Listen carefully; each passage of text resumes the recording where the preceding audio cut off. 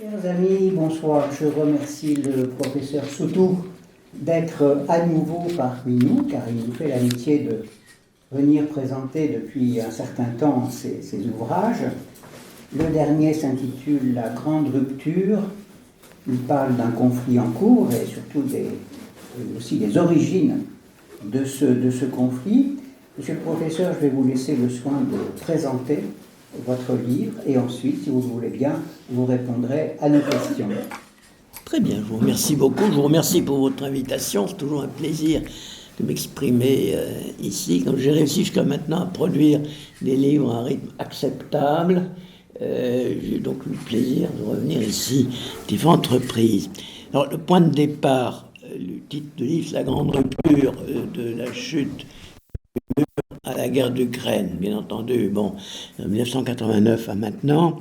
Alors, le point de départ, il n'est pas possible de tout raconter, mais prendre les points essentiels, utiles pour la réflexion maintenant et pour la suite. Le point de départ, c'est l'illusion très largement partagée, pas unanime, mais largement partagée en 1990, l'article fameux du politologue américain Francis Fukuyama, intitulé « La fin de l'histoire ». Et puis il y avait un sous-titre, enfin peu importe. Bon. Il a fait un livre, d'ailleurs, ça c'était 89-90. 90, président Bush, celui de l'époque, le père, bon, qui a présidé à tout ça, avait proclamé au moment de la guerre en Irak, la première, celle de 91, qui avait vu la victoire des États-Unis, de leurs alliés, dans le cadre de l'ONU. Il y avait un mandat de l'ONU. Vous verrez pourquoi j'insiste sur ce point. Il avait dit, bien voilà, nous créons un nouvel ordre mondial. A New World Order, un nouvel ordre mondial. Donc tout le monde était très optimiste. Enfin, tout le monde, presque tout le monde était très optimiste et pensait que la démocratie libérale et le marché, l'économie de marché, serait incontournable après successivement la chute du Troisième Reich et ensuite celle de l'Union soviétique et la victoire, comme je l'ai dit, en Irak. Alors, ça peut pas être étonnant aujourd'hui, mais beaucoup de commentateurs, et même de responsables américains ou occidentaux, mettaient les trois événements dans une série continue et logique. C'est pareil, enfin, successivement, on abattait les obstacles. Bon.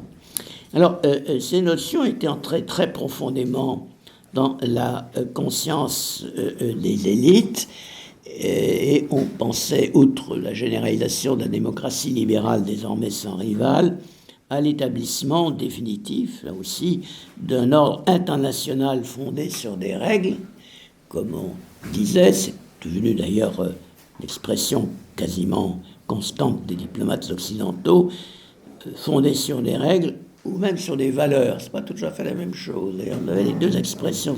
Enfin bon. Et tout ça était très bien vu par les responsables de toute nature.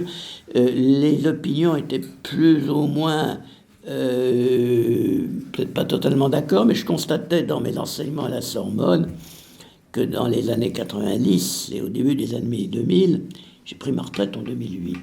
Retraite relative, mais retraite à la Sorbonne en 2008.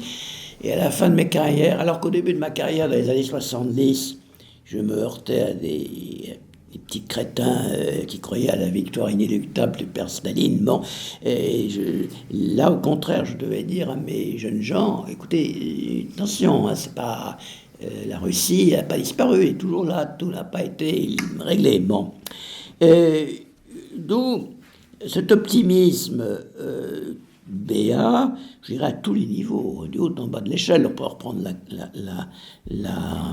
la presse, qu'on irait aux mêmes conclusions, a conduit, à mon avis, à l'absence d'une étude objective des problèmes, pas seulement la Russie, mais l'ensemble des problèmes, y compris la Chine, y compris l'Europe, je dirais, ex-soviétique, y compris le Moyen-Orient, où après la chute de Saddam, on a parfois, même en général, évité d'étudier les problèmes à fond.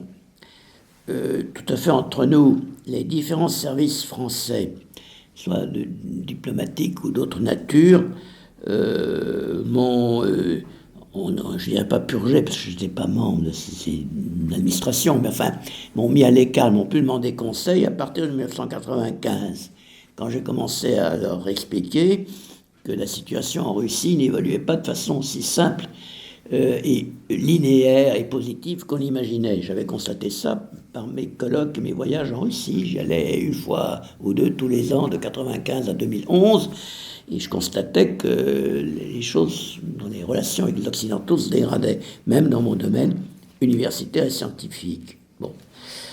Deux grands problèmes finalement n'étaient pas résolus si on prend de recul. D'une part, la sortie du communisme, c'est pas si facile. Hein. Bon. Et d'autre part, ça peut-être va vous surprendre, mais les problèmes de nationalité à la fin de la Première Guerre mondiale n'avaient pas été complètement ou correctement résolus, ou les deux.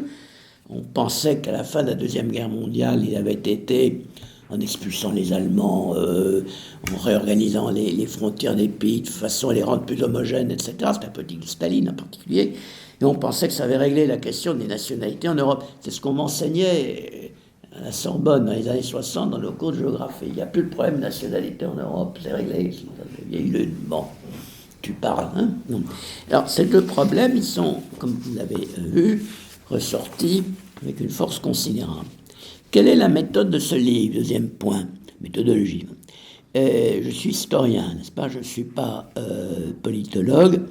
Et je ne m'intéresse pas au paradigme. Moi, je n'ai pas de paradigme. Mes collègues politologues ont des paradigmes. Moi, je n'ai pas de paradigme.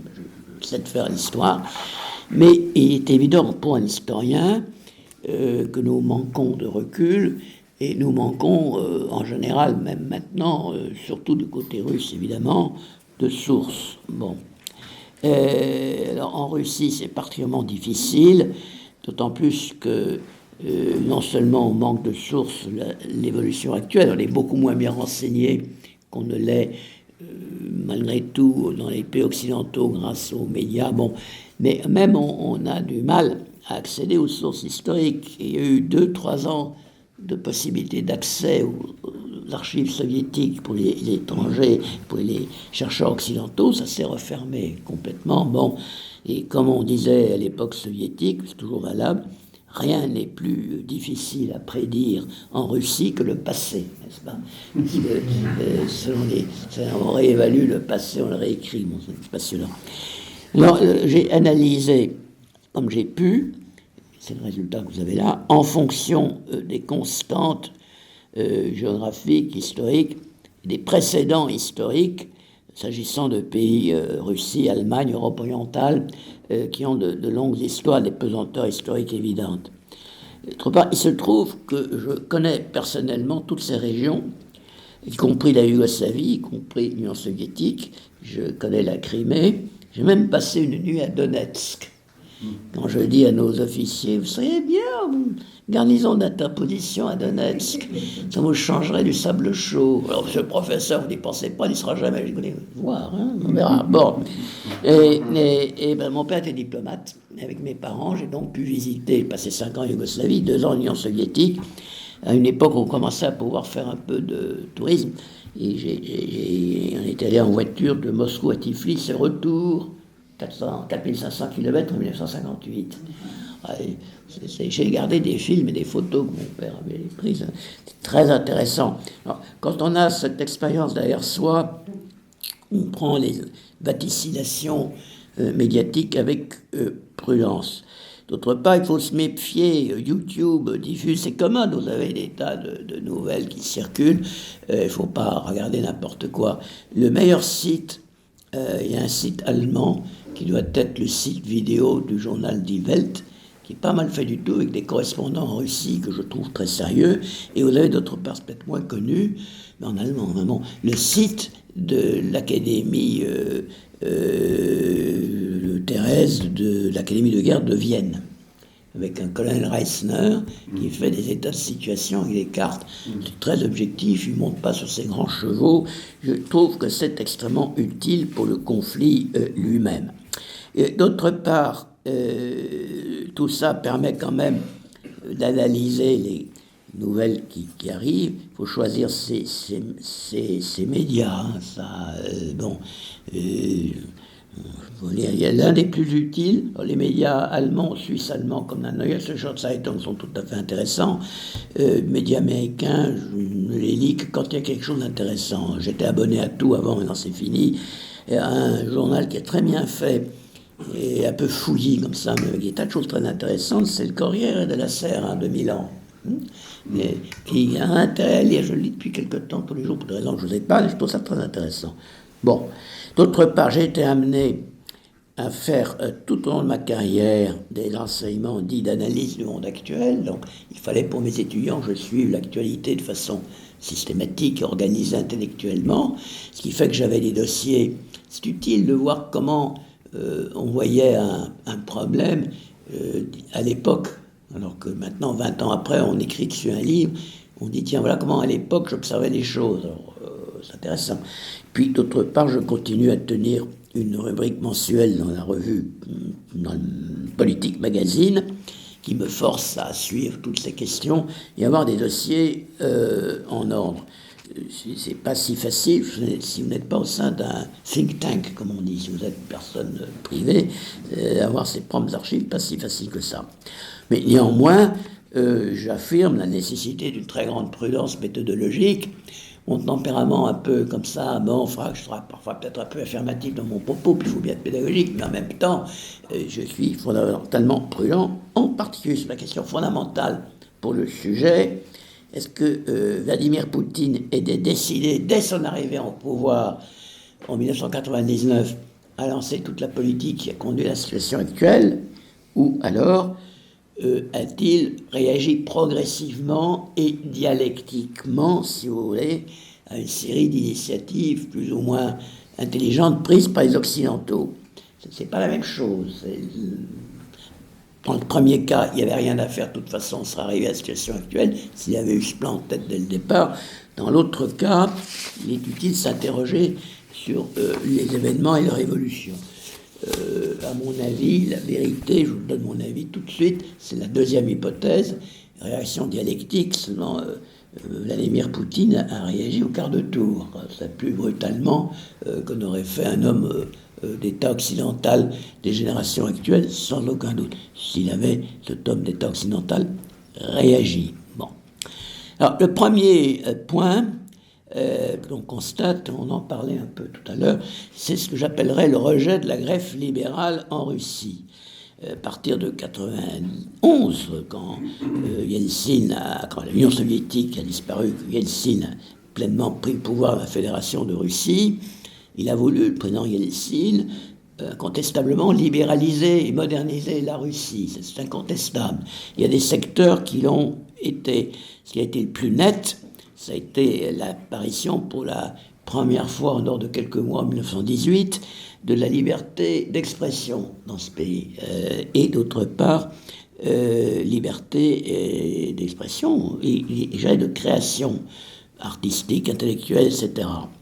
Ça n'a pas duré très longtemps, mais ça a été incontestable. Seulement, Yeltsin n'a pas réussi transformation durable et stable. Il n'a jamais eu d'abord de vraie majorité ferme à l'Assemblée, à la Douma. Il a même été amené à canonner la Douma en 1993, ce qui est un processus démocratique qu'on peut très bien comprendre, après tout, parfois l'envie ne manque pas, mais enfin quand même, c'est pas exactement conforme au canon la démocratie, mais fondamentalement parce que la majorité de la Douma était hostile à cette politique. Soit d'un côté les communistes qui ont vite relevé la tête ont représenté en gros, disons, 25% des députés élus régulièrement, soit les hypernationalistes qui souvent faisaient cause commune avec les communistes pour lutter contre la politique, je dirais, libérale, entre guillemets, de Yeltsin. Libéral d'ailleurs avec certaines limites. C'est quand même lui qui a déclenché la première guerre de Tchétchénie en 1994, qui était une répression épouvantable. Une guerre en Tchétchénie, tout à fait entre nous, nous avons eu des problèmes en Afrique du Nord, on n'a jamais rasé Alger. Hein. Il y a eu des attentats, on a lutté, bon, mais on n'a jamais rasé Alger. Les Russes ont rasé Grozny, la capitale de la Tchétchénie, mais complètement. Bon, ça c'est Yeltsin, c'est pas Poutine. Même les gens du KGB devenus SFR, peu importe, trouvaient qu'il allait trop fort, trop brutalement. Bon. Donc Yeltsin, pas non plus un saint. Et sa gestion de l'économie a été catastrophique. Pas sa gestion, la gestion de l'économie a été catastrophique. D'un côté, les Russes se sont laissés, convaincre par les économistes américains des jeunes gens qu'on appelle les Chicago Boys. C'était l'époque de l'économie hyper libérale aux États-Unis. Alors, ils arrivaient, leurs professeurs de l'université, faculté d'économie de Chicago, ils envoyaient en Russie et ils disaient voilà, il faut faire ci, il faut faire ça, il faut faire ça, dans un pays qui, tout point de vue, n'y était pas prêt. Et il y a eu, je pourrais donner des détails, voilà, on n'a pas le temps, enfin bon, c'était totalement décalé par rapport à la réalité d'un pays où la première nécessité des gens, c'est de chauffer.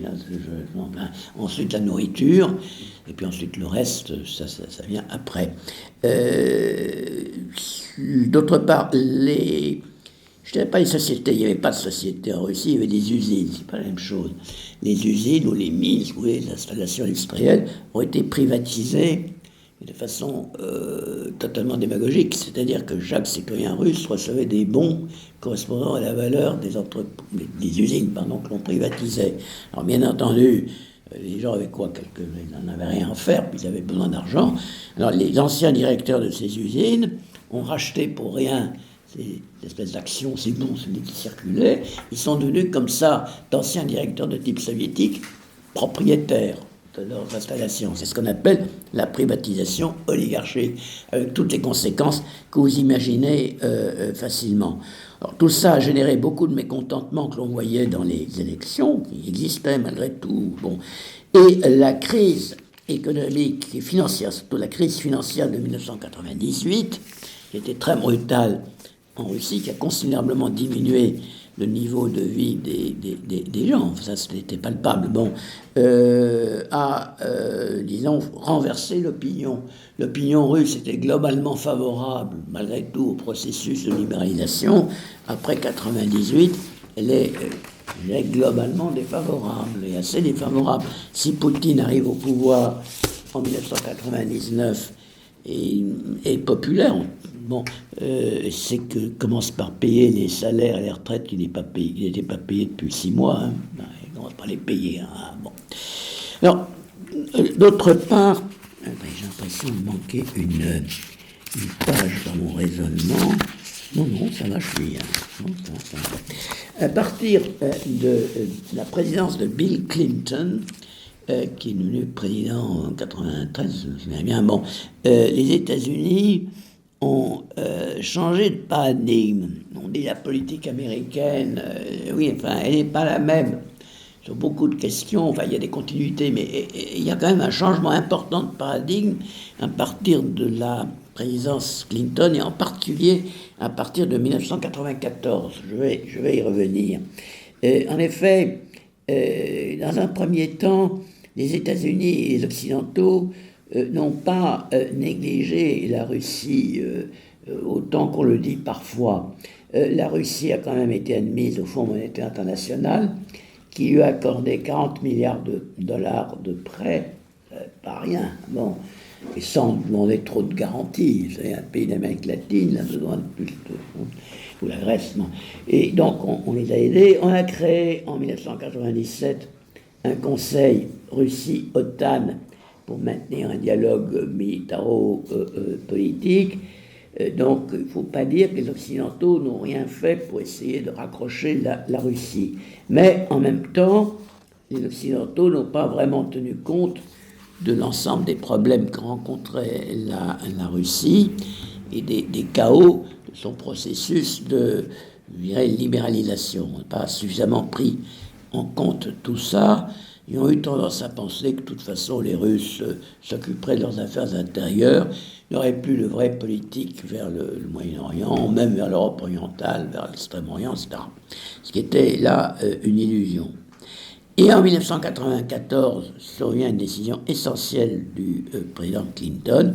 Il décide d'élargir l'Alliance Atlantique à de nouveaux membres, anciens pays d'Europe orientale et parfois, comme les pays baltes, anciens membres de l'Union soviétique. Bon. Et il a décidé ça en 1994, alors que, au départ, en dehors de quelques responsables aux États-Unis qui disaient fera un jour quand même élargir l'OTAN pour que la Russie nous fiche définitivement la paix, mais ce n'est pas du tout la politique officielle, ni même la politique majoritaire au sein des dirigeants, même anglo-saxons. En 1994, Clinton change d'avis, contre l'avis d'ailleurs des plus grands spécialistes américains de la guerre froide, comme Kennan, George Kennan, qui était l'architecte, vous ne pas tout cela, qui a dit non, c'est une erreur d'élargir l'Alliance Atlantique, c'est une erreur, alors qu'il en était quand même l'un des créateurs. Pourquoi? Pour les raisons que vous allez comprendre par la suite. Pourquoi ça a été fait? Ben, c'est très simple. Hein. Le président Clinton attendait des midterm elections, entre deux présidentielles, élections tous les 2 ans, on réélit la Chambre des représentants, et 1/3, si vous vous souvenez bien, du Sénat. Bon. Donc, et tous les 2 ans, il y a des élections aux États-Unis. Il risquait de perdre les suivantes. Et comme il y a beaucoup d'électeurs américains qui sont originaires des pays d'Europe orientale, de l'ex-URSS, etc., pour gagner des voix, il a annoncé qu'on allait élargir l'OTAN. Bien entendu, si vous êtes polonais ou descendant de Polonais installés aux États-Unis, la seule idée qu'on n'est pas dans l'Alliance Atlantique est inconcevable, à cause de la peur que la Russie a aspiré et aspire. Pour des raisons qu'on peut comprendre, évidemment. Enfin, c'est un fait. Et à partir de ce moment-là, il n'y avait pas réellement de pression politique profonde. C'est une commodité électorale du président Clinton au départ. Et en 1999, ça s'est fait par étapes. Donc je passe par 1999. L'année est importante. Là, l'élargissement de l'OTAN s'accélère, devient vraiment effectif et peut poser des problèmes réels de sécurité aux responsables russes, en dehors même de leur, je dirais, tendance à la paranoïa, ça certainement, mais ça, une vraie question. Et d'autre part, deuxième point, peut-être encore plus grave que le premier, mais on peut discuter, le président Clinton a décidé de passer beaucoup plus loin que ses prédécesseurs à une forme d'interventionnisme libéral un peu partout dans le monde, y compris pour les questions de minorités de toute nature, soit démographiques, soit sociologiques, LGBT, etc., etc., par-dessus même la souveraineté des États. Les États-Unis ont encouragé des fondations avec des moyens considérables à aller s'occuper au fond des affaires intérieures, dans toute une série de domaines, sans trop se préoccuper de savoir ce qu'en pensaient les États concernés.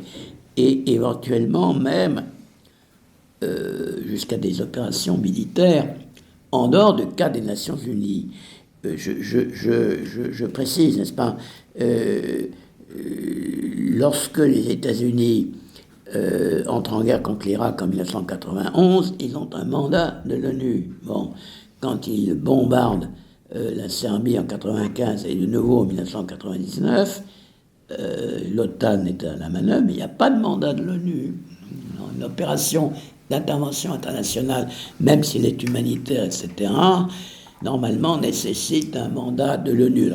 Dans le détail technique et juridique, on peut discuter indéfiniment, mais là c'est très clair. Les États-Unis, prenant la tête de l'Alliance Atlantique, avec le président Clinton, ont commencé à s'évader de ce cadre juridique. Bon, en soi, ça le constate. Ce qui est important, comme je le dirais, c'est que les Russes l'ont très très mal pris, pour des raisons sur lesquelles je vais revenir. Ce qui fait qu'on n'a plus seulement affaire à un New World Order, avec un hégémon bienveillant, comme disent les Américains, c'est-à-dire les États-Unis, ce qui était au fond la situation voulue par Roosevelt après 1945, par Wilson déjà après 1919, on a quelque chose de beaucoup plus incisif, un leadership américain accusé, avec, à partir de 1998, qui est quelque chose de plus technique peut-être, mais l'extraterritorialité des sanctions décidées par la justice américaine. Alors ça va très loin. Vous êtes une banque française, bon, vous faites du commerce, vous financez du commerce, d'exportation de produits français vers un pays sous sanctions américaines. Comme un tiers des pays de la planète sont sous sanctions américaines, c'est vite fait. Et comment est-ce que vous tombez sous le poids des sanctions américaines? Tout simplement parce que le deal, enfin l'accord que vous financez comme banquier, est rédigé en dollars. En quoi voulez-vous qu'il soit rédigé? Le simple fait de mentionner le dollar comme monnaie de compte pour un échange commercial vous fait tomber sous le coup de la loi américaine. C'est comme ça que la Banque de Paris des Pays-Bas, Paribas, bon, a payé il n'y a pas si longtemps 7 milliards de dollars d'amende aux États-Unis. Je vois chaque semaine à l'Institut un de ses anciens présidents, monsieur très très bien, très discret. Quand je veux l'amuser, le mettre un peu en verve, je lui parle des sanctions américaines. Ça lui a coûté 7 milliards. Alors là, il vous fait un speech complet. Hein. Bon, mais oui, ce que je vous dis, mais c'est ça, mais c'est l'extraterritorialité, c'est très important, ça paraît technique, ça vaut pour tout. Hein. J'ai pris le cas des banques, mais à la limite, bon, tout dépend de la façon dont les affaires sont menées, mais à la limite, il n'y a plus aucune protection possible si la justice américaine décide que vous êtes responsable de quelque chose et qu'il faut en tout cas vous traîner devant les tribunaux. Hein. Bon, dans l'affaire de la banque dont je vous parle, un de ces cadres a passé 1 an en prison à New York. Hein. Bon. Alors, la crise yougoslave, c'est le point central, c'est également le point central du livre. Ça, c'est quelque chose, du point de vue de la méthode, que j'ai découvert chemin faisant. Au début, ce n'était pas vraiment mon idée. Puis j'ai compris que c'est le centre de l'affaire. Pour 2 raisons. D'abord, il y a une sorte d'homothétie entre la crise yougoslave et celle de l'Union soviétique, parce que c'est à la fois la chute d'un régime communiste et l'explosion de problèmes de nationalité. Donc il y a ce double aspect en petit, je trouve très bien représenté dans le cas yougoslave. Et je le répète, on a à partir de 1990 l'accentuation d'une crise qui avait commencé dès la mort de Tito en 1980. Mais enfin là, elle s'accélère évidemment à partir de 90, où on a à la fois, je le répète, chute d'un régime communiste avec tout ce que ça implique, et d'autre part l'explosion de problèmes de nationalité jamais vraiment résolus après 1918. Alors, en Russie, par exemple, la Russie actuelle, la Fédération de Russie actuelle, vous avez quand même 25% d'halogènes, c'est de non-russes, malgré tout, 25%. Bon. Et d'autre part, l'histoire et la géographie font que les Russes, à l'est de l'Oural, à l'ouest de l'Oural, ils sont bien concentrés, mais à l'est de l'Oural, sans la colonisation historique, sont établis le long des voies de communication, c'est le long des voies ferrées. Alors, vous avez de longs filaments des vermicelles de population russe, entourés de populations halogènes, avec tout un maquis de républiques autonomes, plus ou moins ceci, indépendantes, régionales, un système extrêmement complexe et fragile, parce que si jamais l'agitation se mettait là-dedans, les Russes seraient tronçonnés, n'est-ce pas, entre l'Oural et Vladivostok. Leur vue d'ici, ça paraît lointain, mais quand on connaît la région, quand on sait qu'il faut 8 jours de train entre Moscou et Vladivostok, on comprend mieux l'inquiétude évidente des dirigeants. Alors, d'autre part, j'ai déjà dit, l'OTAN intervient en 1995 pour l'affaire de Bosnie-Herzégovine et en 1999 dans l'affaire du Kosovo, les crises yougoslaves, enfin, vous savez ça, sans mandat de l'ONU. Or, les Serbes et les Russes sont historiquement proches. Ils sont proches par la religion, par la langue, pas pareil, mais très honnêtement, si vous savez le russe, vous comprenez à peu près le serbe et inversement, enfin, à peu près, bon, vous débrouillez en tout cas. Et puis, point essentiel, si je n'ai pas déjà dit, la religion orthodoxe, toutes ces régions, mais ça vaut également pour les pays orthodoxes non slaves comme la Grèce.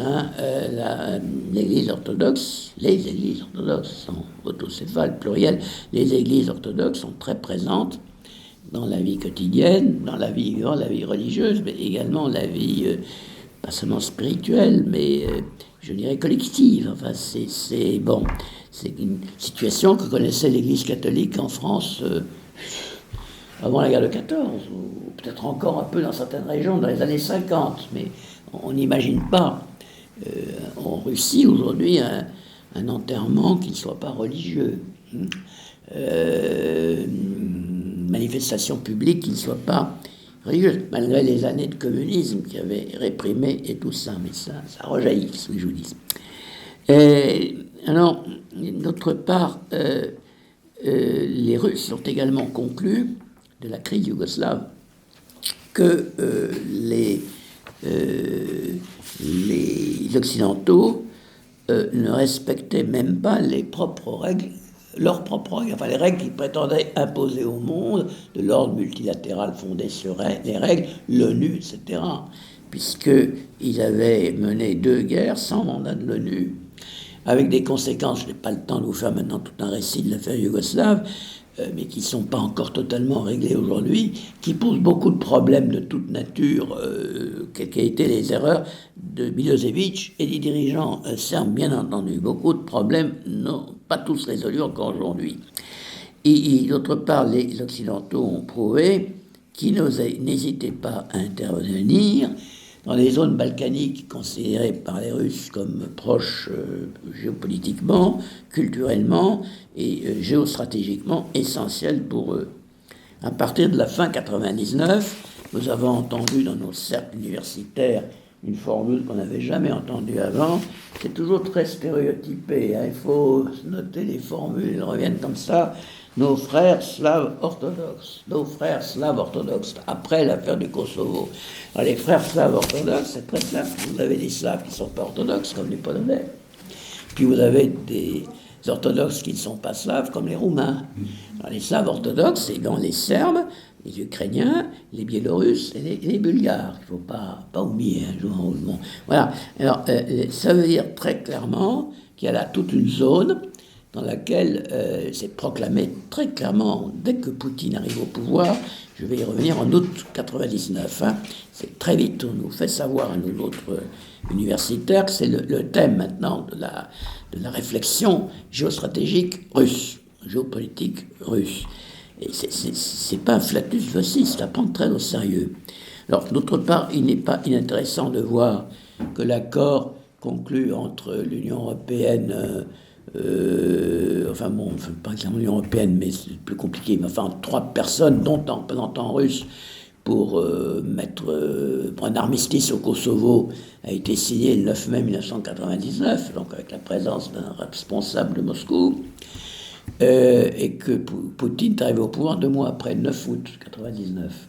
Il est tout à fait évident, quand on regarde la chronologie, qu'on étudie les déclarations, les réactions des uns des autres, quand on sait un peu ce qu'on disait dans ces coins-là, que beaucoup de gens ont dit maintenant ça suffit, Yeltsin a été trop mou avec les Occidentaux, il faut maintenant resserrer les boulons. Et c'est ce que Poutine était chargé de faire. C'est pour ça que la chronologie, 9 mai, accord désastreux pour la Serbie et pour la Russie, si vous voulez, son partenaire, sur le Kosovo, 2 mois après, arrivée de Poutine. D'autre part, les Occidentaux continuent, je dirais, dans la voie de ce que j'appelle l'hubris. Je ne sais pas si on a encore le droit de dire hubris en français, mais ici, j'espère qu'on peut encore parler d'hubris. Et également de l'unilatéralisme. Là, j'évoque la période 2001-2011.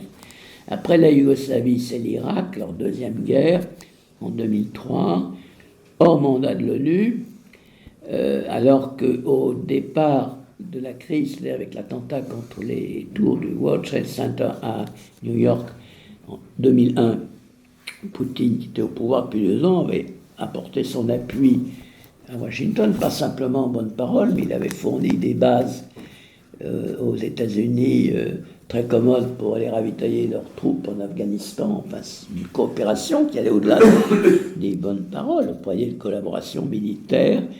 Et il avait accepté de jouer le jeu contre le terrorisme islamiste, que Moscou n'a aucune envie ni aucun intérêt, bien entendu, de son côté à soutenir.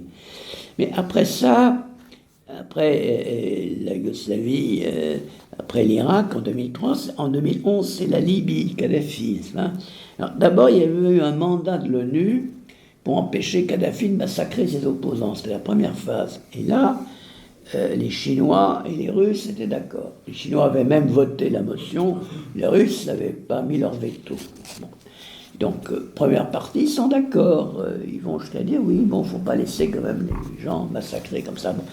Et puis, l'opération Atlantique a changé de sens, on est passé au régime change, comme on dit en anglais, c'est-à-dire faire tomber le gouvernement Kadhafi, ce qui n'était pas le mandat de l'ONU, ce n'était pas dans le mandat de l'ONU. Et là, Moscou et Pékin ont probablement conclu, avec cette expérience à la suite d'épisodes que j'ai déjà indiqués, qu'il n'y avait probablement rien à faire de sérieux avec les Occidentaux tels qu'ils étaient. Donc, on assiste à partir du début, à partir de la fin des années 2010, 2011, début de l'année qui suivent, à la conjonction de trois phénomènes. L'échec de la mondialisation libérale, l'échec, je dirais, le fiasco. C'est la crise des subprimes de 2008. Pourquoi je préfère le mot fiasco au mot échec? C'est que les économistes libéraux pensent toujours qu'ils pourront faire mieux la prochaine fois, n'est-ce pas? Bon, mais vous avez peut-être, certains d'entre vous ont vécu la crise des subprimes.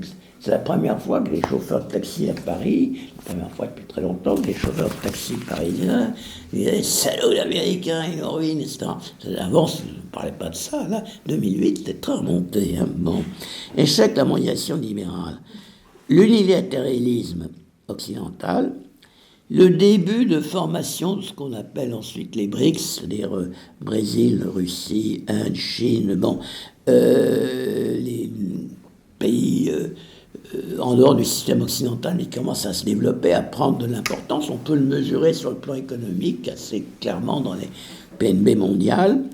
On conduit à partir des années 2010 et suivantes à un monde déstructuré, ou en tout cas les structures sont bien fragiles. On pourrait multiplier les exemples. Un monde finalement assez flou. On ne sait plus trop où on en est. Ce qui facilite, ça encourage les stratégies à la marge, ce qu'on peut appeler la stratégie du flou. Bon, je prends un exemple pour me faire comprendre. Au moment de l'invasion de la Crimée en 2014, les Russes n'ont pas dit on envahit la Crimée. Hein. Ils ont envoyé des soldats sans aucune marque d'uniforme, des véhicules sans aucun signe distinctif. Et ça se passait comme ça.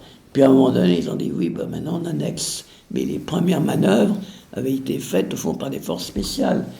À la limite, si jamais elles avaient échoué, Moscou pouvait dire on n'y est pour rien. Et je prends cet exemple, c'est le plus éclatant, mais on pourrait multiplier ces exemples de stratégie du flou qui permettent d'utiliser une dose déjà non nulle de violence croissante sans être pris la main dans le sac. Ils sont surtout arrivés au seuil qui, lui, risquerait de déclencher une véritable guerre. Et sans que les responsabilités puissent être clairement établies. Ça avait été conceptualisé par un Russe réfugié aux États-Unis dès les années 1960. D'ailleurs, cette théorie de la guerre nouvelle, où il n'y a plus de front classique, etc., mais des opérations, des mouvements divers, c'est intéressant. Bon. D'autre part, l'Europe occidentale, pendant ce temps, je vous rappelle qu'elle a fait les traités de Maastricht et puis Lisbonne en 2008. Elle est en pleine contradiction, l'Union européenne, entre une prédominance américaine de fait, en particulier dans le domaine politique et stratégique via l'OTAN, mais aussi le domaine économique, si vous voulez, et d'autre part une dépendance croissante envers la Russie, à la fois pour ses matières premières, en particulier l'énergie, pétrole, et pour ses marchés d'exportation. L'Union européenne reste une structure économique malgré quelques ambitions géopolitiques, mais elle reste fondamentalement une union douanière assez faible, tandis que pour les questions de défense et sécurité, c'est de plus en plus l'OTAN et bien sûr derrière les États-Unis. Mais en même temps, on dépend de plus en plus du marché russe pour les exportations et du gaz, comme je l'ai dit. Il y a donc là une divergence, contradiction fondamentale, dépendance croissante envers Moscou pour des éléments essentiels de la vie économique, et dépendance croissante envers les États-Unis, ou dépendance considérable envers les États-Unis pour les questions de sécurité. Ajoutons un facteur dont on sous-estime l'importance, pour les Allemands, la dépendance psychologique, à cause de ce qu'ils ont fait en Russie pendant la Deuxième Guerre mondiale. Bon, ça, il suffit de lire la presse, lire les livres que publient mes collègues allemands, participer à des colloques germano-russes à Moscou. Il y avait des colloques réguliers d'une organisation qui organisait des colloques historiques germano-russes. Je figurais, parce que pour les Russes, il faut faire partie d'une délégation. Elle marche par délégation, pas le visa, une délégation. Moi, j'étais dans la délégation allemande, comme en 1941, souvenez-vous, la délégation allemande. Les Polonais qui participaient également, eux, ils étaient dans la délégation russe. Ça leur faisait un plaisir évident, ça marchait comme ça. Mais au cours de ces cas, c'est tout à fait fascinant. Les Allemands étaient constamment gênés, peut-être pas le mot, mais sous une forme de dépendance psychologique, parce que leurs interlocuteurs pouvaient leur rappeler un certain nombre de faits massifs. Quand vous connaissez ces régions, on voit encore des traces. Bon. Et une division profonde au sein de l'Union européenne, ou qui est en train de s'élargir, qui s'élargit, qui a des perspectives d'élargissement. Les Baltes et les Polonais sont très hostiles à la Russie, pour les raisons qu'on comprend, alors que les Européens de l'Ouest sont beaucoup moins engagés là-dedans. Et puis, on peut ajouter que les moyens de réflexion, là je m'adresse peut-être plus au problème des élites, sont faussés par une profonde transformation du système de recherche en relations internationales dans le monde occidental. Ça avait commencé aux États-Unis très tôt, mais ça gagne l'ensemble du monde occidental à partir des États-Unis. C'est le rôle des think tanks, des fondations internationales, des ONG, qui très souvent sont des faux-nés de services. Vraiment.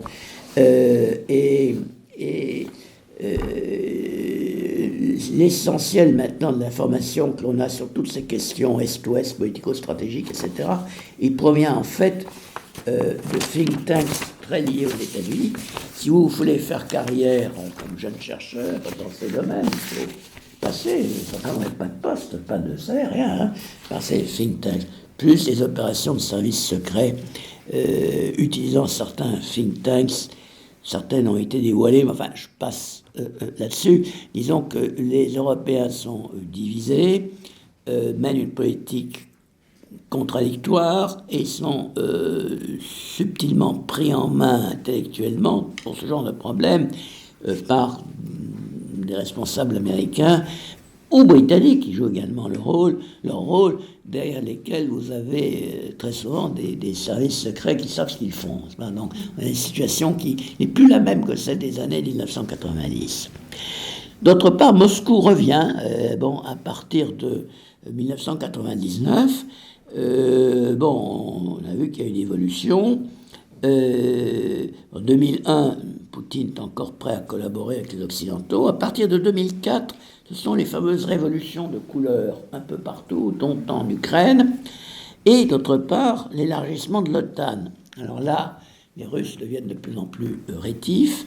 Et le premier grand signal d'alarme, c'est le discours prononcé à Munich, à la conférence sur conférence sur la sécurité et la défense à Munich début 2007 par le président Poutine. On a l'enregistrement, il suffit de le regarder, et il dit ça va pas, vous aviez promis un monde multilatéral, mais en fait vous en faites qu'à leur tête. Je résume, c'est ça le texte. Nous voulons revenir à un ordre international respectant des mandats, respectant la charte des Nations Unies, et évitant d'intervenir à tout bout de champ pour vos intérêts sans tenir compte de la souveraineté des différents pays. C'est intéressant, c'est que pendant son discours, une partie de l'auditoire, tout le monde, tout ce qui compte en matière de défense ou stratégie est à Munich, bien entendu, c'est le Davos de la sécurité, si vous voulez. Hein, bon. Et on voit les gens qui rigolent. Pendant que Poutine parle, c'est traduit, hein, les gens rigolent, ils ont tort de rigoler, hein, ce n'est pas du tout drôle. 2008, c'est la Géorgie, et la première intervention militaire russe en dehors des frontières de la Fédération de Russie, pour calmer les Géorgiens et protéger des républiques qui s'étaient séparées de la Géorgie parce qu'elles étaient peuplées essentiellement de Russes. C'est d'autre part en 2008 le sommet de l'OTAN à Bucarest, où on évoque l'entrée dans l'OTAN 2008 de la Roumanie et de la Géorgie. Géorgie qui est en ce moment-là en guerre pratiquement avec la Russie, hein, l'Ukraine. Bon. Et finalement, l'Allemagne et la France font opposition, et la Géorgie et l'Ukraine n'entrent pas dans l'OTAN à ce moment-là. Mais bien entendu, les Américains ne renoncent pas, et les Russes enregistrent tout ça. 2015-2018, il y a toute une série d'avances russes au Moyen-Orient, au Proche-Orient, en Libye à partir de 2015, on en parle ces jours-ci, enfin ça date de là. Également vers la mer d'Azov, il y a des accords avec les riverains de la mer d'Azov en 2018, y compris l'Iran. C'est là aussi que commence le lien entre Moscou et l'Iran, pendant que l'appareil militaire russe se renforce régulièrement. Donc pendant que les Européens sont en pleine contradiction, les Russes, eux, reviennent de plus en plus sur la scène. Et en 2004-2022, c'est évidemment la montée de la crise ukrainienne. Les Occidentaux ont été proactifs. On dit qu'ils ont été purement passifs, c'est pas vrai. Ils ont été proactifs. Ils ont peut-être sous-estimé le problème qu'allait poser la Russie. Ils ne sont pas restés inertes. Ils ont, par leur fondation ou directement par leur gouvernement, encouragé les partis politiques en Ukraine qui voulaient s'opposer à la Russie. Ils ont aidé finalement à prendre le pouvoir par tous les moyens, bon, dans des pays où encore la corruption existe quand même, et en profitant des divisions profondes de l'Ukraine, sur lesquelles je vais revenir. En 2013, l'Ukraine et l'Union européenne concluent un accord dit d'association. Il fait 1000 pages. Si on se donne la peine de lire l'accord, c'est en fait une intégration complète de l'Ukraine dans l'Union européenne qui devait couper ses liens économiques, commerciaux avec la Russie. Ce qui est, étant donné l'organisation de l'économie des pays ex-soviétiques, était à peu près inconcevable. On avait un colloque à Annecy juste à ce moment-là avec les Russes, qui nous ont dit, vous savez, si finalement ce traité d'association est ratifié, effectivement, ben, ce sera fini, on ne pourra plus parler avec Moscou, ça c'est clair. C'était d'ailleurs parfaitement compréhensible, peut-être regrettable, enfin d'ailleurs compréhensible quand on lisait le texte de ce traité. L'Ukraine était pour la Russie, vous le savez, une source essentielle de matières premières, mais aussi de machines, de produits, y compris de produits sophistiqués, de fusées, de moteurs de toute nature, enfin c'est important. Bon. 2014, comme le président ukrainien finalement refuse de signer l'accord d'association, c'est la révolution dite de Maïdan en Ukraine. Ukraine, en fait, très divisée. Bon, vous avez l'Est, le Sud-Est russophone, bon, vous avez le Sud-Ouest, au fond, très nationaliste, et anti-russe depuis les années 1920, avec des gens qui ont été pro-hitlériens pendant la dernière guerre. Chaque fois qu'on procédait à des élections ou à des sondages, on pouvait dire que une majorité d'Ukrainiens souhaitait malgré tout le maintien de l'unité du pays. Mais dès que l'on commençait à appuyer sur les lignes de fracture, on les retrouvait, les lignes de fracture. Donc c'est une situation extrêmement difficile. Bon, Poutine réagit, comme vous le savez, en mars 2014 en envahissant, en occupant la Crimée. Alors, la Crimée avait été rattachée à la République ukrainienne en 1954 par Khrouchtchev, alors qu'avant elle faisait partie de la République russe. Bon, c'était un changement à l'intérieur de l'Union soviétique qui n'avait aucune importance, parce qu'à l'époque, de toute façon, c'était le parti qui décidait tout. On n'a jamais très bien su pourquoi Khrouchtchev avait fait ça en 1954, mais la Crimée est russe, autant que quelque chose peut être ceci ou cela dans le monde actuel. Et depuis le XVIIIe siècle, la Crimée est russe, pas totalement, mais essentiellement russe, pas ukrainienne. Bon. 2015, devant la crise qui éclate, avec des combats entre les séparatistes du Donbass et le gouvernement de Kiev, on suscite une série d'accords, dits accords de Minsk, patronnés par l'Allemagne et la France. Ou plus exactement, il y a deux très compliqués, ce sont des accords techniquement très compliqués, des accords entre Kiev et les séparatistes du Donbass, les Russes soutenant juridiquement les gens du Donbass et l'Allemagne et la France soutenant les gens de Kiev. C'est une construction juridique fragile, mais enfin qui a permis de calmer le jeu un certain temps. Alors, est-ce que déjà à ce moment-là, nous sommes en 2015, il y avait des arrière-pensées russes pour aller au-delà même des accords de Minsk et remettre en cause l'indépendance ukrainienne, ou au minimum remettre à Kiev un gouvernement pro-russe? Je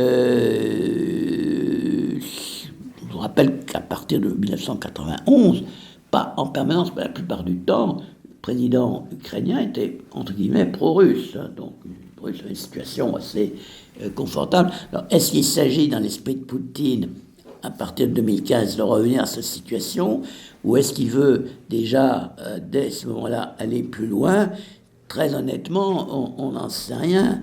Il y a des Américains et des Britanniques importants qui ont occupé des fonctions importantes, qui ont publié des livres pour dire, dès ce moment-là, la Russie, dès 2014-2015, la Russie voulait s'embarquer dans la politique que nous voyons maintenant. Mais c'est très discutable. Je pourrais multiplier les exemples. Il y en a un, ils interprètent mal, pour ne pas dire qu'ils falsifient certains discours de Poutine. Ils font dire à Poutine, dès mars 2014, nous allons, après la Crimée, continuer, annexer toute la région russophone d'Ukraine. C'est pas dans le discours de Poutine, on peut trouver le texte, y compris en anglais, sur le site du Kremlin. Que Poutine l'ait pensé par devers lui, ça c'est possible, c'est rien, hein. Mais il n'a pas dit, alors que des ouvrages qui ont une certaine importance, ancien numéro 2 de l'OTAN, un général britannique appelé général Shaireff, a publié en 2015 un livre intitulé 2017, guerre avec la Russie. C'est un scénario de guerre avec la Russie. 2 ans après, il se passe par un ancien numéro 2 de l'OTAN, enfin c'est phénoménal. Bon, voilà. Pendant ce temps, Kiev, au lieu de gérer au mieux ces minorités russophones, commence à chasser la langue. On n'a plus le droit d'utiliser la langue dans l'enseignement, dans les tribunaux, etc. Et commence à imposer des restrictions aux russophones. Ça ira très loin. Maintenant, on ne peut plus éditer un livre de la littérature russe en Ukraine en russe. Il faut l'éditer en ukrainien. Bon. Voilà. On pourrait multiplier les indications de ce genre, tandis que certains milieux occidentaux, responsables occidentaux, font miroiter devant l'Ukraine à partir de 2015 la perspective d'adhérer à l'Union européenne et à l'OTAN. Et on en arrive à la guerre. Bon. Février 2022, comme vous le savez, illusion occidentale, désinformation tous azimuts, changement de pied de la Russie, incontestablement, qui ne se satisfait plus des accords de Minsk et décide d'aller plus loin. C'est février 2022, le début de l'attaque. Alors je vais vous faire remarquer que la première opération russe, il faut distinguer les choses. En février 2022, l'opération russe elle est légère, elle est rapide. Et il s'agit de s'emparer de Kiev, qui n'est pas loin de la frontière, hein, par des parachutistes et une colonne blindée arrivant comme ça rapidement. Le schéma est beaucoup plus fluide. L'opération spéciale, ou d'une opération du type Prague 1968, quand l'armée rouge était arrivée à Prague sans coup férir, avait mis en place un gouvernement pro-Moscou, l'affaire était réglée sans trop de casse, disons. Là, visiblement, le plan initial, c'est celui-là. Mais ça ne marche pas. Les Ukrainiens, aidés par les Occidentaux, qui sont bien installés, je connais l'ex-officier américain qui forme leurs officiers en Allemagne, comment s'appelle l'endroit où on fait du ski, Pattenkirchen, là où on a eu des jeux d'hiver, enfin bon, là il y a un centre d'entraînement pour les officiers ukrainiens, et l'anglais s'occupe des sous-officiers, enfin bref, bon. Et alors, donc ce premier échec conduit les Russes à une opération beaucoup plus lourde à partir des zones russophones, c'est le Donbass. Et là, ça pose beaucoup de questions. Une fois de plus, je n'ai pas les confidences de M. Poutine, mais la première opération visait de toute évidence à rétablir une influence sur l'ensemble de l'État ukrainien, comme la Russie en avait à peu près toujours bénéficié depuis 1991. La deuxième opération a un sens différent, probablement. C'est diviser l'Ukraine et annexer les régions russophones, pour dire les choses très, très simplement. C'est pas la même chose. Partage ou influence, c'est pas la même chose. Alors, les Occidentaux se sont fait des illusions. Notre ex-ministre de l'économie avait annoncé qu'il n'en avait pas pour 10 jours à cause des sanctions. Ils sont toujours là. L'économie russe, d'un certain point de vue, se développe, au moins, selon les statistiques, mieux que la nôtre. Et ils ont réussi à développer une production militaire absolument phénoménale. Je pourrais vous donner des chiffres, ils sont dans mon livre, je ne vais pas vous accabler avec ça. Et là, on pensait qu'ils seraient très vite à Cuya. Ben non, ce sont les Ukrainiens qui sont à Cuya, les Occidentaux qui ont du mal à fournir. Quand on dit on va donner aux Ukrainiens des armes, il faut commencer par les fabriquer. Et les stocks sont vides, même aux États-Unis de plus en plus. Donc là, fin 2024, au moment où nous sommes, sur le plan militaire, on peut se demander, sur le plan militaire, si elle n'a pas gagné le conflit. Et on parle beaucoup, maintenant qu'arrive le président Trump, on pense beaucoup à un accord cessez-le-feu assez rapidement. Ceci dit, malgré tout, la Russie connaît ses limites. Les problèmes vont se multiplier pour elle à partir de maintenant. Le taux de la Banque centrale de Russie est passé à 21%. 21%, c'est phénoménal, parce qu'il y a une très forte inflation. Ça montre que la machine n'arrive plus à suivre la production d'armement, etc. Puis il y a un deuxième problème sur lequel j'insiste, les morts. Il y a beaucoup de morts, peut-être moins qu'on ne le dit, mais il y a beaucoup de morts russes. Or, l'armée russe rend les morts aux familles. Et s'il y a un mort récupéré, parce que quand un champ brûle, vous savez, bon, bref, quand il y a des morts, on les rend aux familles, des morts cadavres, on les rend aux familles, et qui procèdent aux enterrements orthodoxes que j'ai mentionnés tout à l'heure. C'est très émouvant. Je ne sais pas si vous avez eu l'occasion d'assister à des cérémonies orthodoxes, y compris les cérémonies. C'est pas ce qui se passe maintenant chez nous. C'est très émouvant. Tout le quartier ou tout le village, son cas est présent. Très émouvant. Gorbatchev a été amené à renoncer à la guerre d'Afghanistan en 1988 parce que la population ne supportait plus ce que je vous dis, le retour des cadavres de soldats et l'enterrement, c'est prenant. Bon, non, il y a quand même une limite.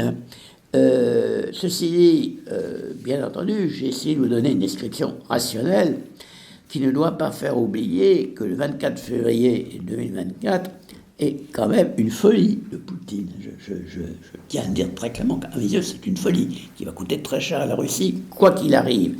Il a compromis une influence sur l'Ukraine, l'ensemble de cette région, que personne ne pouvait vraiment lui contester. Enfin bon, il a compromis pour essayer d'exercer un contrôle total sur au moins une partie de cette région.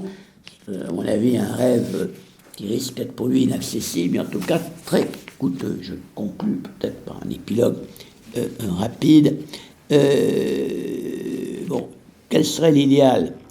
L'idéal serait d'arriver à une vraie paix, établissant une frontière il ne sera certainement pas celle d'avant 2022, parce que la Crimée ne va pas redevenir russe. Et les russophones du Donbass sont quand même russophones.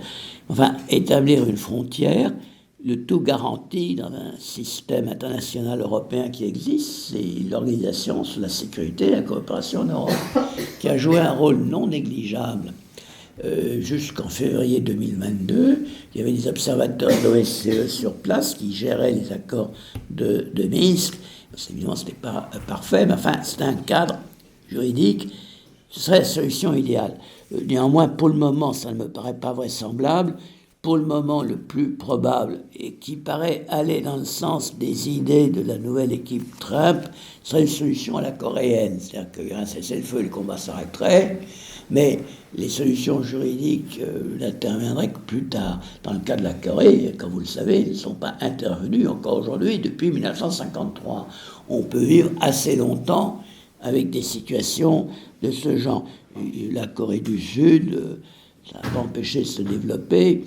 La Corée du Nord veut rester enfermée dans son système, mais si elle voulait s'ouvrir davantage au commerce international, elle n'aurait pas de grands problèmes non plus. De toute façon, les grandes victimes vont être les Européens pris au sens collectif, si on tient compte du fait que leur espace culturel, géostratégique, économique, inclut très clairement, pour les responsables européens ayant un peu de vision, et ce, au moins depuis le 19e siècle, la Russie. Ça, c'est bon, avec des hauts et des bas. Évidemment, la révolution d'octobre avait mis un terme à tout ça, mais globalement, les gens qui réfléchissaient au destin de l'Europe, et comme civilisation, et comme ensemble, disons, politique, diplomatique, tenaient compte de la Russie.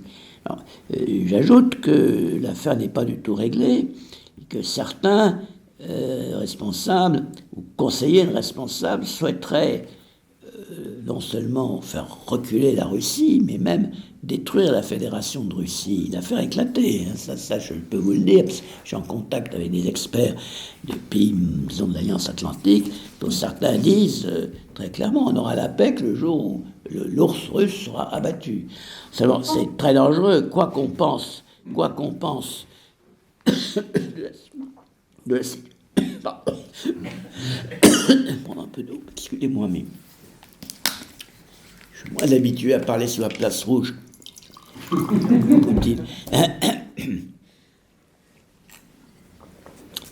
La Russie est, je l'ai déjà dit, un ensemble humain complexe, avec beaucoup de divisions. On pourrait craindre beaucoup de minorités, on pourrait craindre une anarchie généralisée avec des armes nucléaires à la clé. Il y a des ordres dont ne profiterait que Pékin. Donc, je conseille là aussi la prudence. On n'a pas du tout intérêt, me semble-t-il, à ce que la Russie sorte complètement démantibulée du conflit. Ça ne me paraît pas probable, d'ailleurs, enfin, on ne sait jamais, parce qu'on ne va pas terminer. Je répète, Poutine a eu bien tort. Il a rejeté son pays dans les bras de la Chine. Et il a réussi à obtenir que la Finlande et la Suède, jusque-là neutres, et que Staline en 1945 avait maintenu la neutralité, ils ont maintenant rallié l'OTAN. Du coup, la Baltique, c'est plus la voie d'accès tranquille, ou à peu près que les Russes avaient. Et mes collègues russes ont reçu comme instruction récemment de ne plus étudier l'Europe occidentale, mais d'étudier le Sud-Est, c'est-à-dire Chine, Inde, Irak, Iran, Asie centrale, etc. Pour quelqu'un de ma génération, c'était impensable. Écoutez, la Syrie montre qu'il y a des faiblesses du système russe, que certains ont aussi exploité, parce que c'est pas par hasard si M. Bachar el-Assad est tombé maintenant. C'est pas par hasard. Sa situation était peut-être fragile, c'est possible, je ne suis pas un spécialiste de cette région, mais s'il est tombé maintenant, c'est évidemment pas par hasard, c'est lié au conflit ukrainien, pour essayer de mettre les Russes en difficulté. Dans tout ça, il n'y a rien de bon pour Moscou, mais non plus rien de bon pour les Européens dans leur ensemble.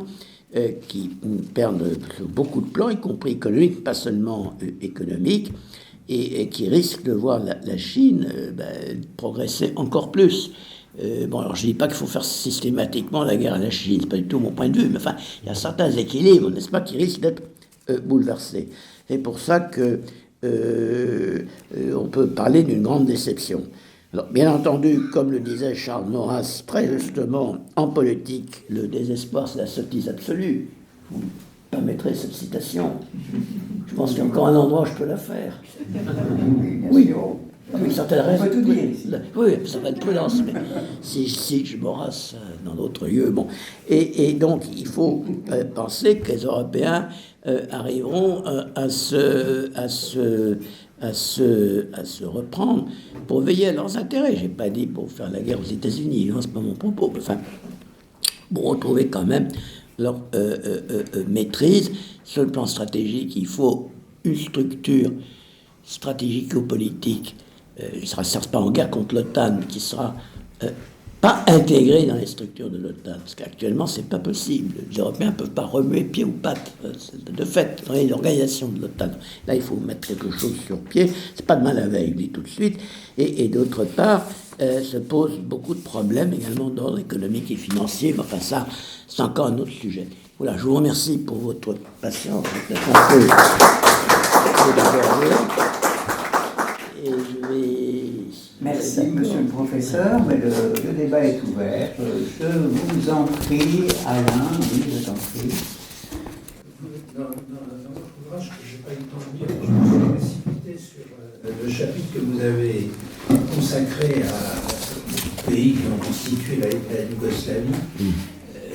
Est-ce que vous pensez que, indépendamment de certaines interventions, vous parlez notamment des Allemands qui ont poussé à la roue, à la reconnaissance des tout à fait, États, la Croatie, la dissolution. Mais est-ce que vous pensez qu'il y avait réellement une chance que la Yougoslavie subsiste, y compris éventuellement sous une forme plus souple, et que ce qui est advenu était inévitable, indépendamment des massacres? Ça, c'est encore autre chose. Mais... Alors, je donnerai une réponse prudente. Ça, c'est le genre de situation où vous avez à la fois des structures fragiles et en même temps des actions précises. Vous avez évoqué l'Allemagne, il y en a eu d'autres, mais l'Allemagne, c'est très net. Quand elle reconnaît la Croatie en 90, bon, ça déclenche l'avalanche. Hein.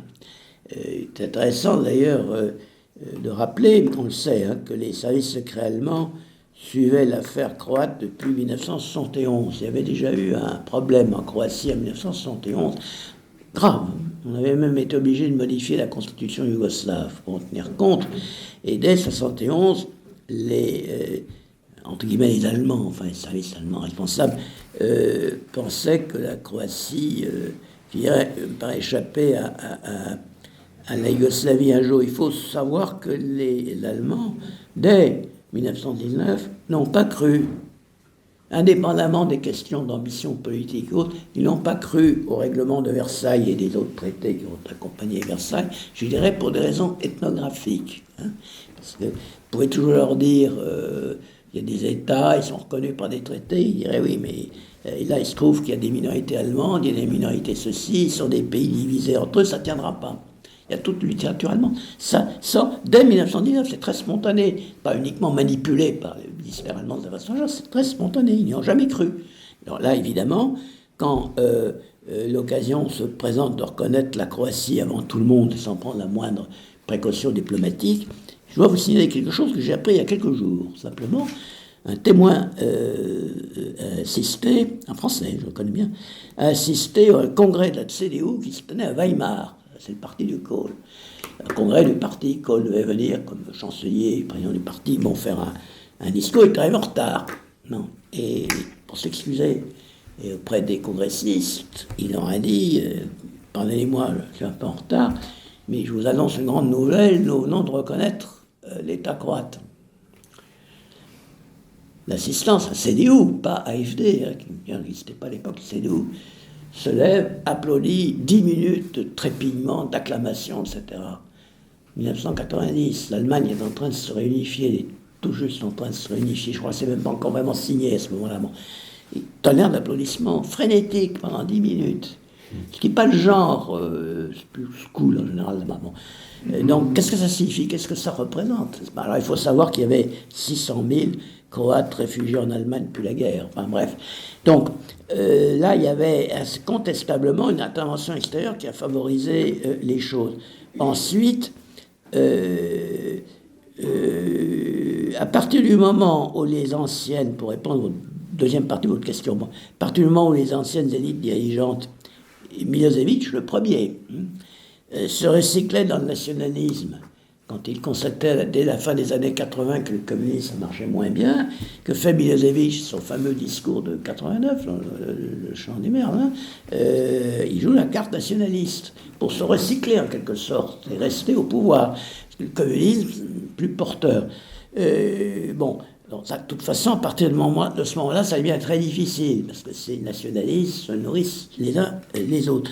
Mais néanmoins, il y avait des possibilités, si on n'avait pas aggravé les choses, il y avait deux possibilités. La plus complexe eût été de maintenir une forme de confédération, ce à quoi vous faites allusion.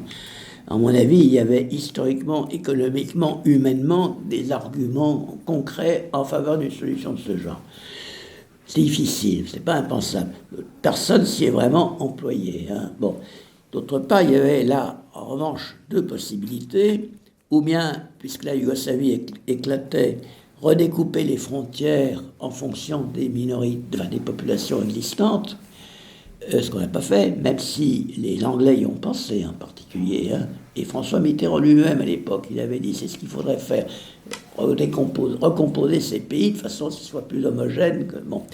Ou alors maintenir les frontières internes de l'ex-Yougoslavie, qui étaient le résultat d'évolutions historiques extrêmement complexes, qui faisaient qu'il y avait davantage de Serbes hors de Serbie qu'en Serbie. Il y avait des minorités serbes dans tous les nouveaux États. Il y avait plus de Serbes à l'extérieur de la Serbie qu'en Serbie. Alors, il est évident qu'une solution que certains avaient préconisée, consistant à recomposer tout ça en échange de la reconnaissance internationale, aurait été sans doute préférable. Et ça, on a fini par décider de maintenir le principe de la préservation des frontières existantes internes devenues externes. Parce que c'est plus simple d'une certaine façon. Et on se rattrapait, si j'ose dire, en disant mais on va garantir les droits des minorités. Donc on avait une vision idéale de Croates en Serbie, de Serbes surtout en Croatie, qui resteraient dans un pays qui n'était pas vraiment le leur, mais entourés de chouchoutés, enfin, bisounours, etc., pour que leurs droits soient totalement garantis. Sur le papier, c'est très beau, c'est très émouvant, mais ça ne correspond pas aux réalités d'une région, et ça vaut pour d'autres régions d'Europe et du monde d'ailleurs, où les réalités ne sont pas civiques. C'est une conception française ou britannique. Les gens sont avant tout des citoyens comme des individus, donc il faut assurer leurs droits individuels. Là, ce sont des régions où c'est la notion de groupe ethnique. Ce qu'on veut, c'est défendre les droits du groupe. Donc, c'est comme ça que les gens conçoivent les choses, et ça depuis le Moyen-Âge, depuis toujours. Et ce qui fait que là, on a mis sans trop s'en rendre compte le doigt dans un engrenage qui nous a conduit à une situation qui, encore aujourd'hui, n'est pas totalement claire. Le Kosovo n'est toujours pas reconnu internationalement par tout le monde. En tout cas, il est reconnu par certains pays, pas par tout le monde. Et la situation de la Serbie est encore loin d'être, je dirais, stabilisée sur le plan de la politique intérieure. Est-ce que j'ai répondu à peu près à votre question? Donc, c'est une réponse nuancée. Enfin, bon. Oui, sur ce sujet, il y a aussi le fait que la guerre civile ou les guerres civiles ont été montées par les seigneurs de la guerre qui voulaient se tailler des... On m'a raconté à Derventa, bien connu de certains dans cette salle, que Derventa, c'est une ville pas très loin de Belgrade, qui est au point de jonction de trois entités serbes, musulmanes, avec un grand thème comme nation, et croates. Donc c'était un des pires coins de la guerre. Et un témoin digne de foi m'a raconté que dans les premiers temps, avant la guerre civile, il y avait une manifestation croate avec des drapeaux, etc. On a tous les tués à côté. Le lendemain, une manifestation serbe. Le troisième jour, une manifestation musulmane avec les mêmes slogans haineux, et que c'était les mêmes gens sous des uniformes différents, avec des drapeaux différents, etc. Donc il y a eu une volonté de monter. Après, il y a eu une politique d'assassinat dans les villages. Les Serbes allaient tuer des Serbes pour pouvoir accuser les Croates. Après, ça a enchaîné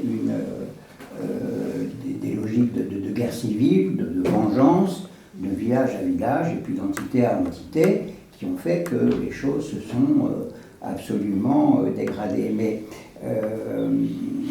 il est vrai aussi que la France a laissé faire. Quand on lit les mémoires d'Hubert Védrine, c'est pourtant extrêmement élogieux à l'égard de François Mitterrand, mais on voit très bien que Mitterrand,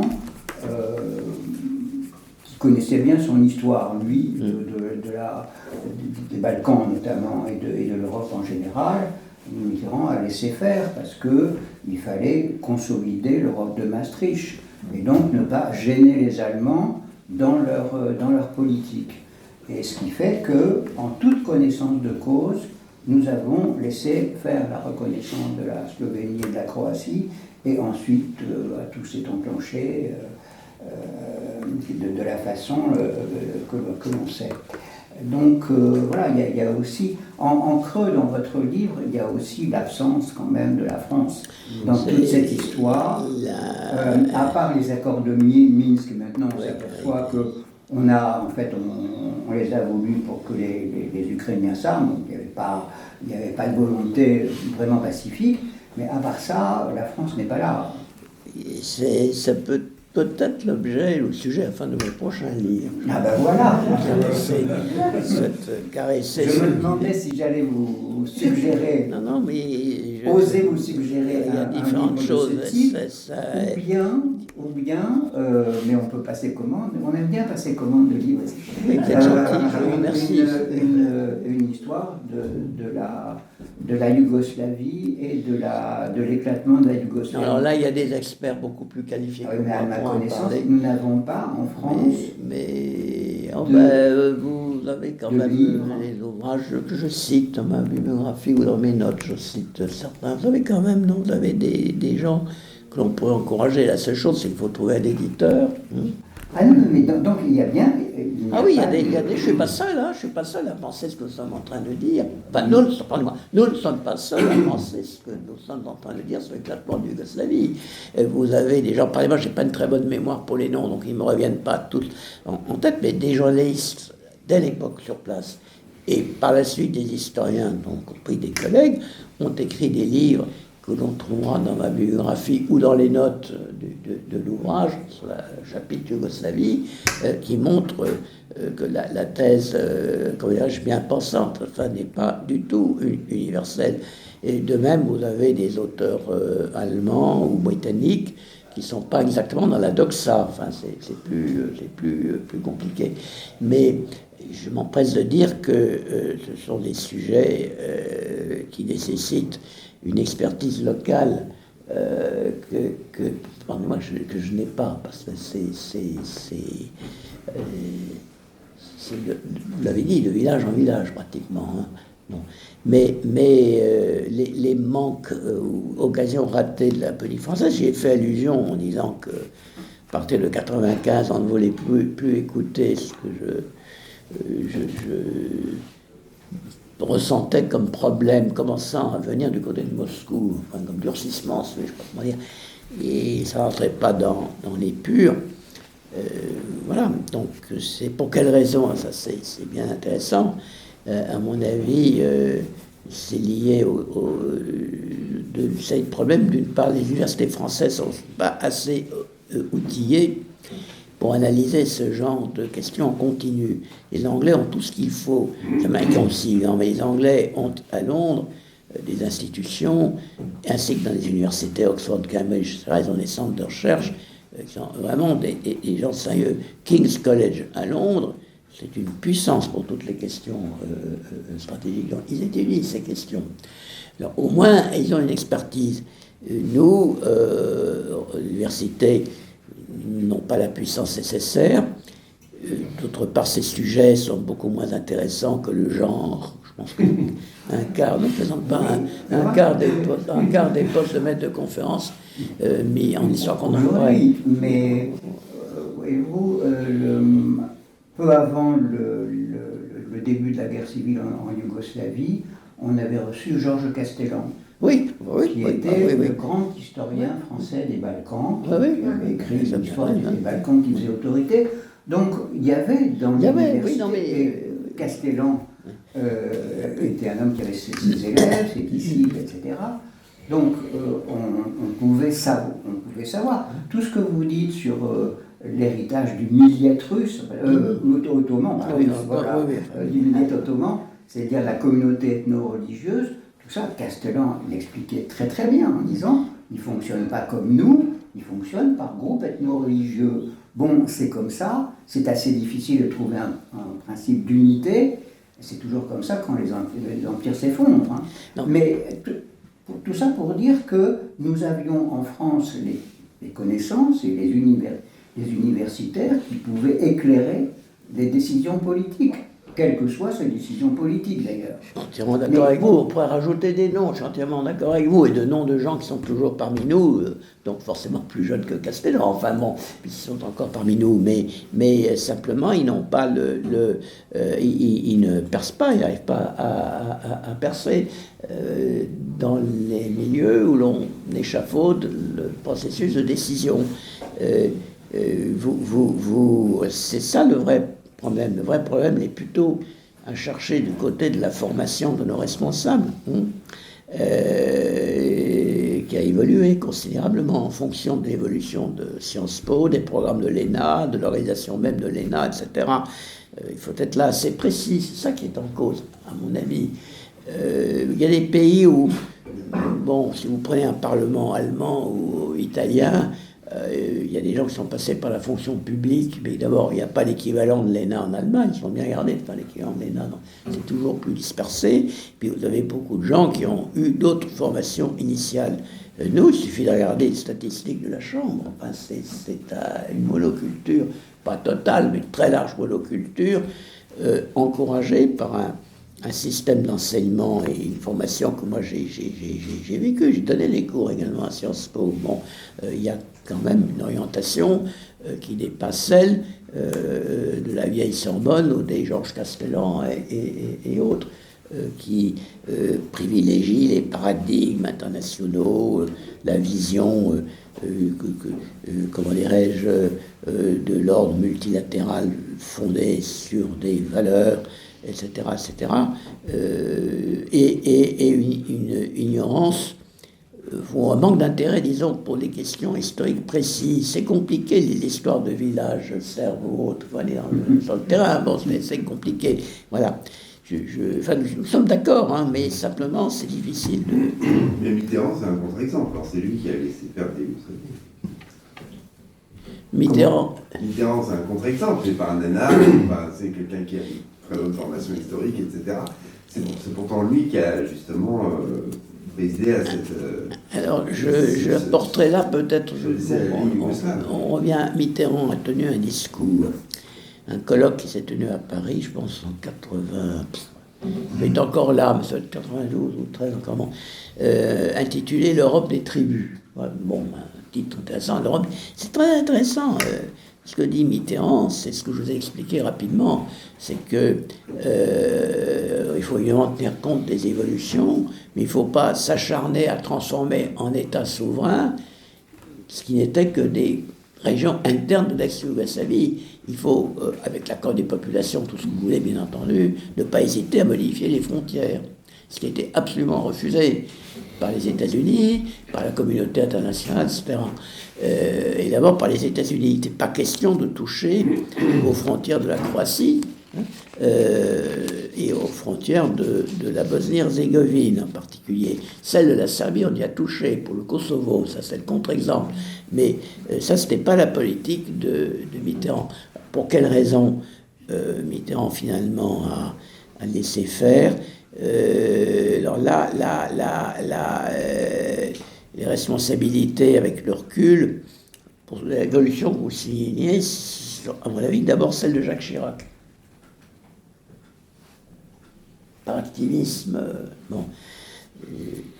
Donc, j'aurais tendance à être plus. Je ne suis pas un mitterrandien forcené, hein, les amis le savent, mais là, quand même, sur ce point-là, il a réagi avec une compréhension historique des enjeux et des particularités régionales. Il faut relire son discours devant l'Europe des tribus, il est tout à fait. Je ne sais pas s'il a rédigé lui, mais en tout cas, il en a pris la responsabilité.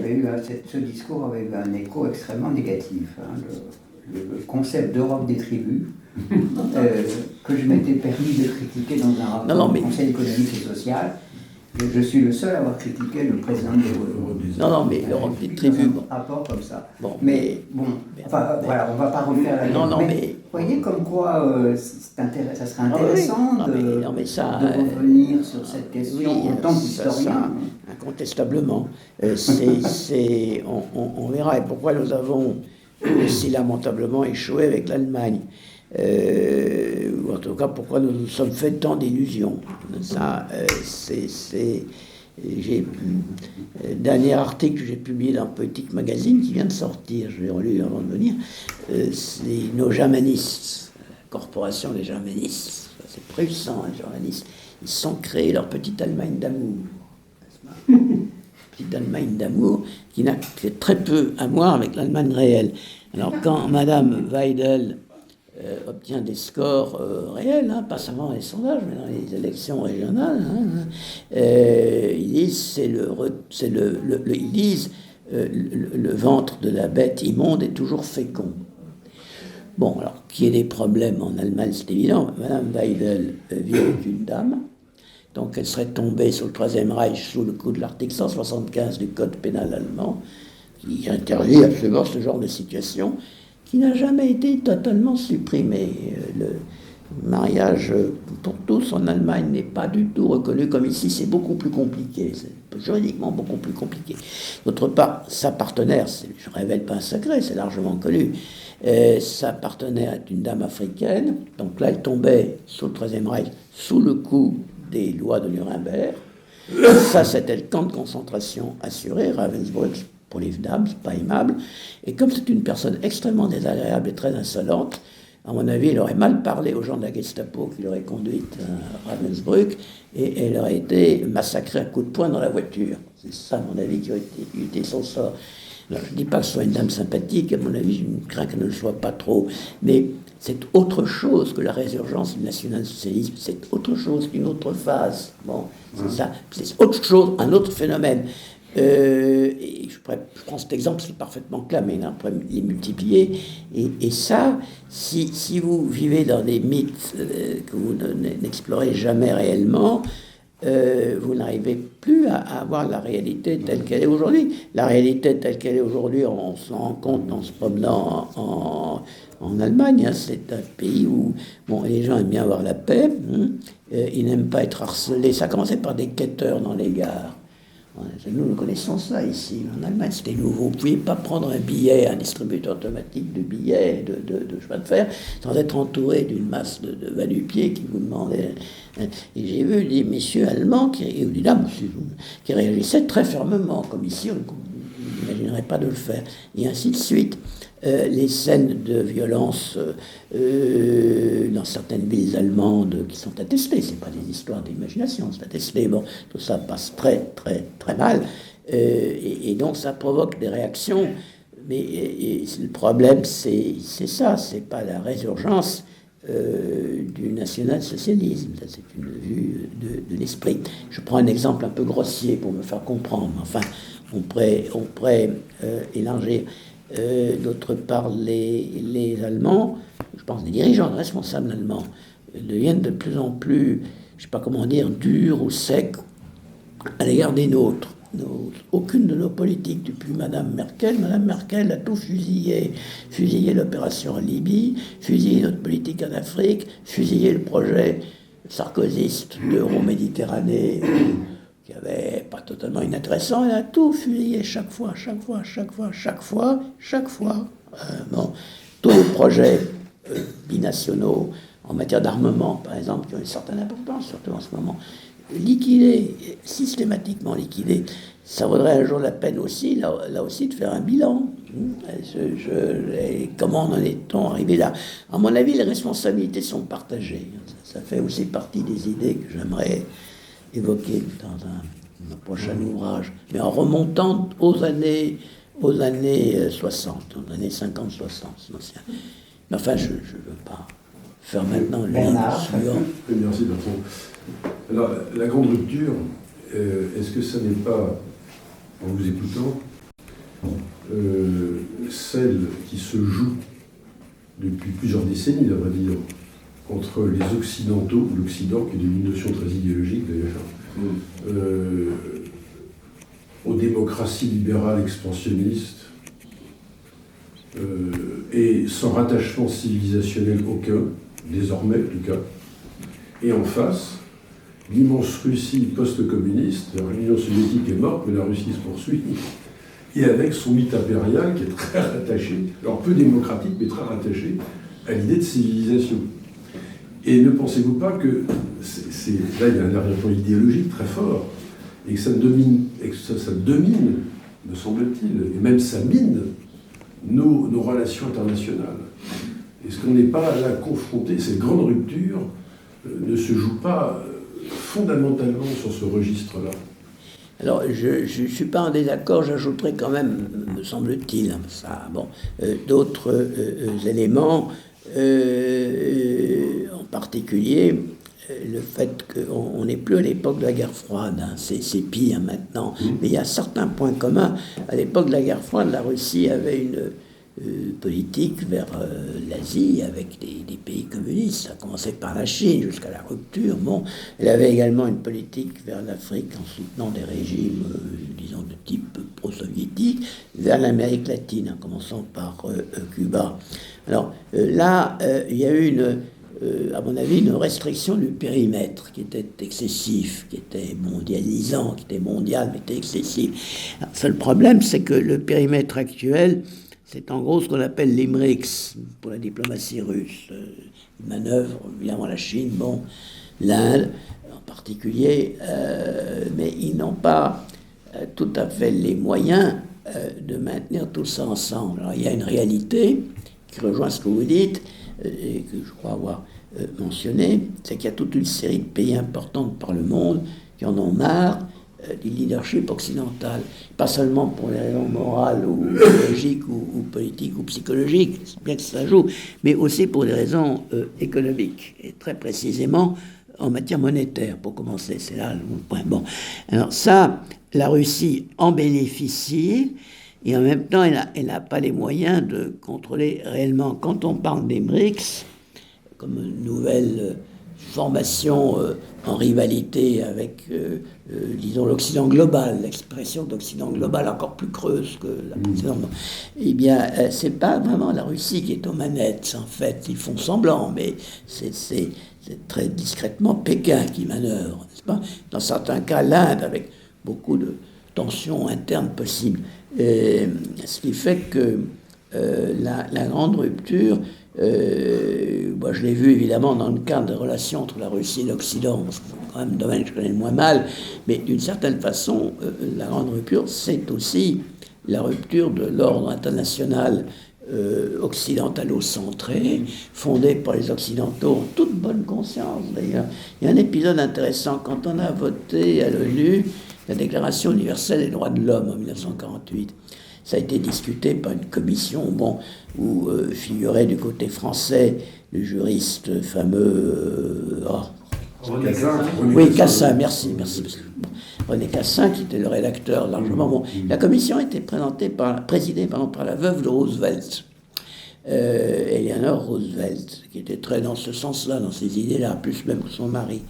Et puis, en 1948, le représentant de la Chine à l'ONU, c'est encore le représentant de la Chine de Chiang Kai-shek, la Chine, bon, et de nationalisme.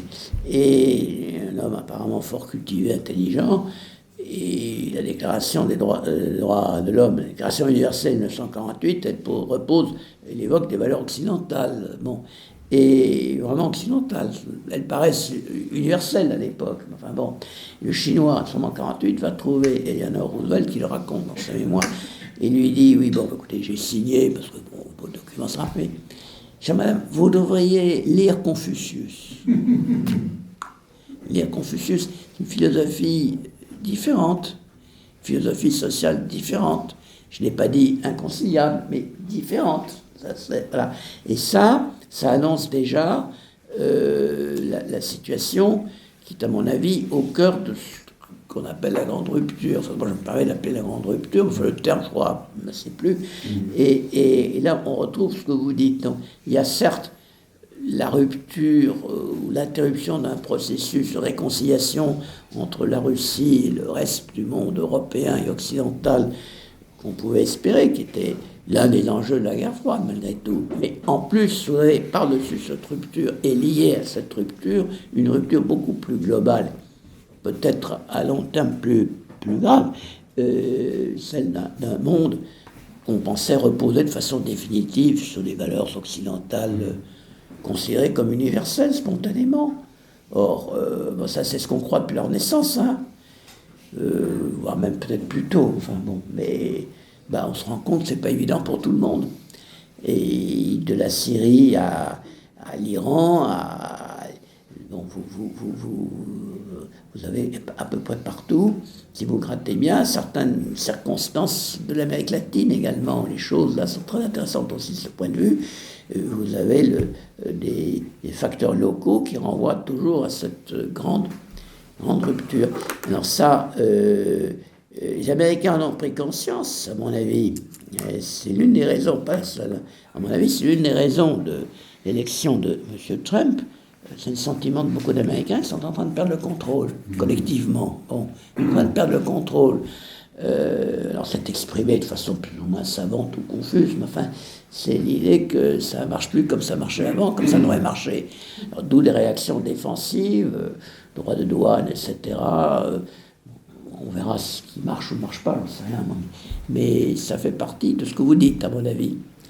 Enfin, il ne faut pas oublier le facteur du continent européen, qui est quand même plus à notre mesure, si j'ose dire, et dans lequel les Européens et les Américains ont, à mon avis, aussi leur part de responsabilité. Alors, lourde, bon, après ça, on verra. Ça dépendra aussi un peu de la façon dont ça se termine. On fera les bilans après. Est-ce que j'ai répondu à peu près, monsieur? Oui, bien sûr. Une remarque qui effectivement, plus même philosophique qu'historique. Enfin, voilà. Et oui, voilà. Mes chers amis, il va falloir arrêter maintenant. Je remercie très vivement le professeur Soutour.